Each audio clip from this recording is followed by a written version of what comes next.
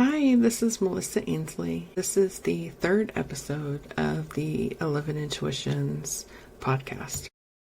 This week I have probably made this rough draft at least 14 times. It is 8:23 p.m. on a Friday night. I'm just tired of figuring out what I'm going to say. I'm just going to wing it. I'm glad that I waited until Friday night to record this because something amazing happened yesterday, and this podcast was going to be just about my dad. But my mom showed up yesterday, and I wanted to include her in this because this podcast is about forgiveness. That was something that my mom didn't find until later in life. Now she exudes it so freely. The messages that I received from my parents this week was not something that I even expected.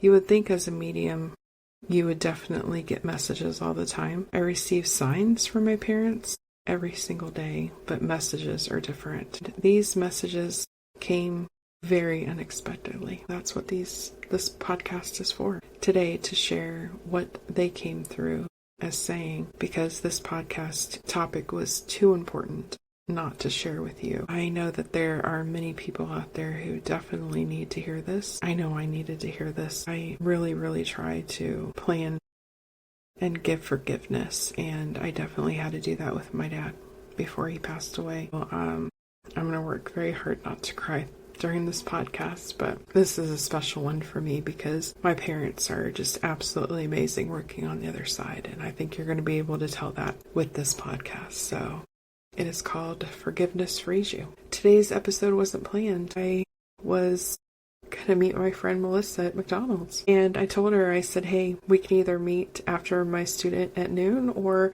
I've got time during this time, but I do have a student. When I woke up that morning, my noon student said, hey, is it okay if we move my time until 11? And I was like, sure, but I'm not sure if your sitter can meet that time, but if she can, no problem. As you know, I didn't have a phone number because that sitter was in another country.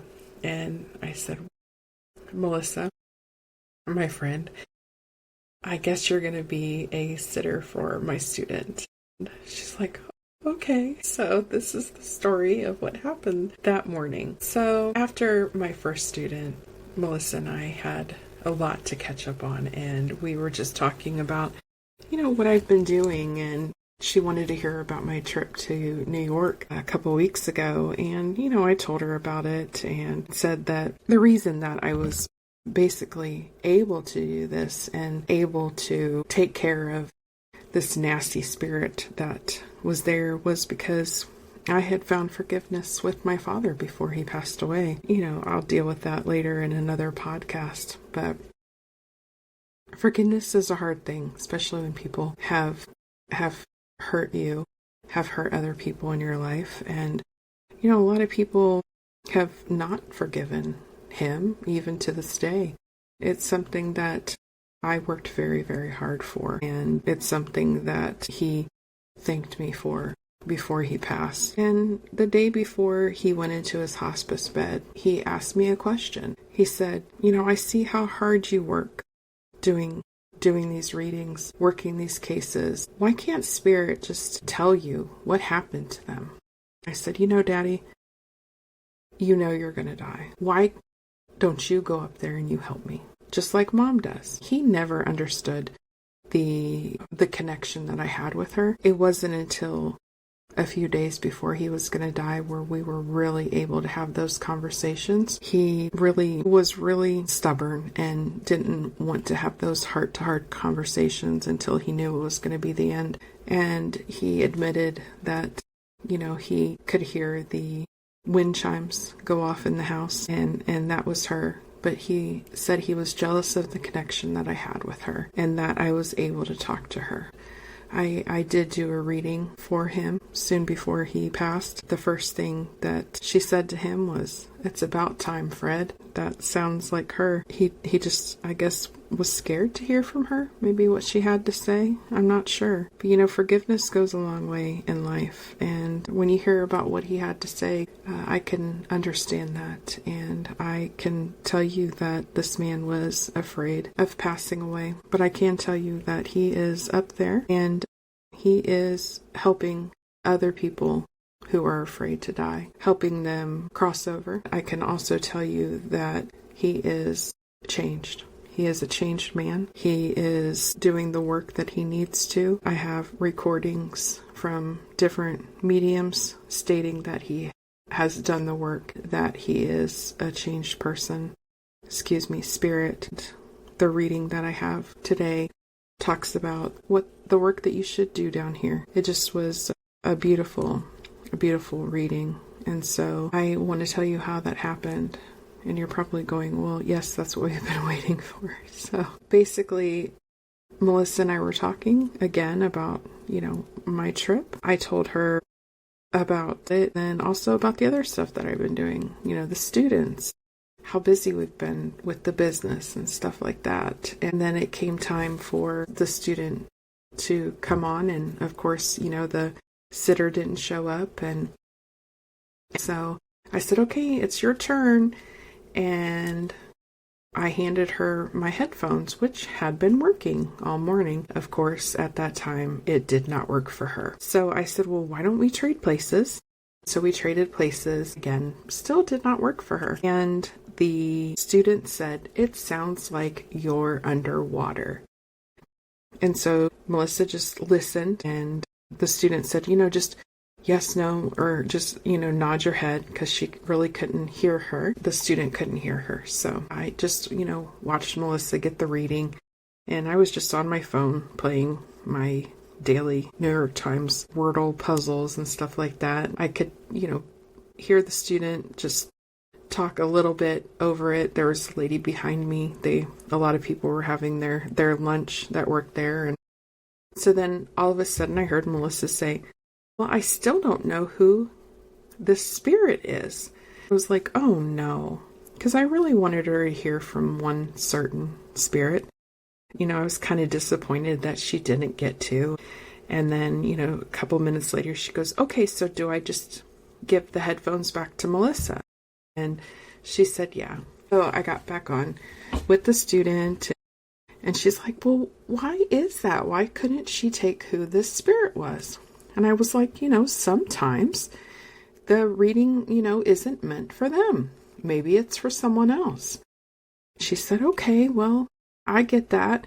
She said, well, the spirit, really had a message for whoever it was. I hope she can figure out who it is. But they also had a message for her too. She was able to take that and understand it. I said, well, that's just wonderful. I said, you did exactly what you needed to. So I'm proud of you. And she said, well, you have a great time with your friend. I said, okay, thank you. And then we got off. Melissa said, hey, I'm going to have to go. I'm just going to use the restroom real quick. I said, okay. I started packing up and put my laptop in my backpack and everything. And then all of a sudden, Melissa comes back, literally just gets into the booth and goes, is it possible that your dad would have come through in my reading? I looked at her and I'm like, oh my gosh, yes, the headphones. He loves to play with electronics. And I'm like, and she goes, cancer. Your dad had cancer. I said, yes. And she goes, you need to listen to the reading. Your dad came through this reading. And I said, okay. I just was in shock, It still just shocks me. I said, well, thank you. So we talked about a few other things and everything. So I came home and I immediately came in and started listening to the reading. I just started crying. I really just started crying because it was my dad. It really was him. I'm going to read to you a few things that he said. The first part was for me. I'm going to try not to cry. Well, I'm going to start crying now because it's just so beautiful that he came through to her while I was sitting there watching her. My student said, I feel a male in spirit Towards the end of his life, he was grumpy. He's saying things like, stop putting IVs in me, stop messing with me, stop turning me over and wiping me. This wasn't who he was all the time, but the sickness changed his personality. He became short and cross with people he would ordinarily be really loving to. I see frailness, brittle bones. I see hip pain, maybe a displacement or break. I also see the possibility of cancer. It was a drawn-out process, and he feels remorseful about the way it ended. And at my funeral, as soon as I was free of pain, I could be myself again. I wanted to apologize to people. I was trying to get their attention. Can you hear me? I'm sorry. I wish I had a second chance. I wish I wasn't so harsh. I wish I had taken care of more things while I was on the earth. And then he said he wanted to apologize to his caregiver. I was his caregiver. I just really cried, I really, really cried because he had a rough ending. He really did. It was very painful for him. He was grouchy, but seeing the amount of pain that he was in, I can understand that. It was a rough few weeks. We had a rough few weeks, but I know that he loved me and I loved him too, and I know that I was there for him. And to hear him say that and coming through have her tell me that, it was just really, really sweet. So then he tells Melissa a message for her. He wanted her to know this. So do the hard work now. It's not any easier on the other side. This isn't about the other person. It's about you. See the conflict as a gift. It may feel like sandpaper, but it will free you. There's something in your root chakra that is blocked because of this conflict. When you let it go, you will have much freedom in your life. Freedom for the first time. And so that's the gift of forgiveness, not erasing what happened, but freeing ourselves from carrying it. And my dad talked about how he had shadows and secrets that he didn't deal with in this earth, and how he's having to take care of it on the other side. And the thing that gets me is it's not any easier on the other side. And it's true, because they have to come through us to deal with it. Someone who can talk through them. Story number 2. My mom speaks to a student. I have a student who's in Germany. And again, we have another sitter who didn't show up. So I became the sitter for my student. And for those of you who don't know what a sitter is, it's just someone who helps a student practice. And they just sit there and say yes, no, or maybe. The student taps in and she goes, I'm seeing symbols. I see a frail old lady. I see a yellow sun, a green apple, a black-eyed Susan flower, a porcelain teacup. She goes, and then I see mom, M-O-M in huge letters. Mom. And when I have my students practice, I have them practice with a certain picture. And she goes, and I see that, the thing that's in the picture.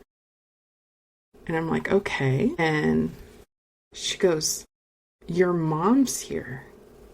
I'm like, okay. And she's like, she's very bright. I'm like, yes. Now, I'm just going to pause here for a second and let you know something that my father told me when he came through the first time in a reading after he passed away. He said, I never knew your mom was so high up. So remember that. I never knew your mom was so high up. So my student is like, she's hiding behind a door, but all I can see is bright white light. I said, well, ask her to come through. She said her energy is very overwhelming. And I knew why. She didn't. She's like, okay. And that's when my mom's energy came flooding in. And my student says, she's wrapping me in a cloak of love. I feel dizzy, completely enveloped in bright white light. It's overwhelming love. And I told my student, that's what it feels when you're connected with elevated beings. My mom has attained angel status. And then my mom gave her this message. You can connect with angels and archangels, and don't doubt that. And my student just looks at me in shock. And she said, when I opened up in meditation today, I saw a seatbelt. And as soon as she said that, I heard, "Buckle up, Buttercup." And then she said, and then I heard, "Buckle up." So I told her, don't doubt that. This is going to be quite a ride. And then she said something to me that will stick with me. And she said, "But I just wanted to be a medium." And I told her, you are a medium, but at a higher level. Not many people are given a gift to talk to angels. That's life-changing work. So my dad came through to teach about forgiveness and the hard work of it and the urgency of it and the freedom it brings. And then my mom comes through to demonstrate the reward of forgiveness, the pure love, the light, and the angelic presence that lifts others even higher. My mother had an extremely hard life on this earth. And I'm going to tell you a story about one day my mother was in a diabetic coma, and she came out of it and was in a regular hospital room. I came to that hospital room. I saw something in my mom I had never seen before. My mom had been diagnosed with bipolar. My mom had depression all of her life. I had never, ever seen my mom manic before, except for that one day. I came in. She was very happy. I was like, "Mom, what's going on?" She said, "I spent the night with Jesus." I was like, "Really?" She said, "Yes, he was on the TV all night." I was like, "Okay." I thought, something really was going on. I said, "Well, what happened?" She said, "He took me to heaven." "And what did you see?" She said, "My mom and dad were there." I was like, "Oh, goodness." And she said, "And I forgave them." And at that point, I knew my mom wasn't making it up, because there was no way on this earth that my mother would ever have forgiven her father for the things that he had done in her life. And I know that that day, that night, that my mother spent in heaven was the day that she talked to Jesus. And I was given this gift, that they discussed what I would be doing on this earth after she passed away, because things changed then. And after my mom passed, I had a reading where my mom talked about how she had talked to God, and they had given me gifts, and they had planted seeds, and they just had not grown yet. And this was many years ago. And I can look back today and see exactly what she was talking about. Back then, I didn't know what she was talking about. But if you told me many years ago, 7, 8, 9 years ago, that I'd be doing a podcast talking about my mom being an angel, or my dad in heaven talking about forgiveness, I definitely would call you crazy. But that's what this gift is. It is about helping others, because they have gone before us and they see what we can't.